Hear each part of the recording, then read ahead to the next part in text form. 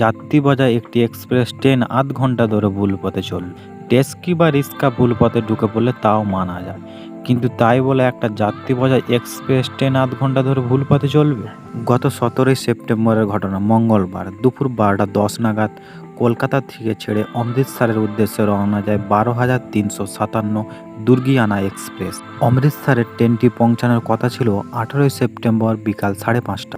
সেই মতো ট্রেনটি বিকাল 4:30 নাগাদ জলন্ধর স্টেশনেও পৌঁছে যায়। কিন্তু এরপরই ঘটে বিপদ। জলন্ধর স্টেশন থেকে আচমকায় ট্রেনটি ভুল লাইনে ঢুকে পড়ে।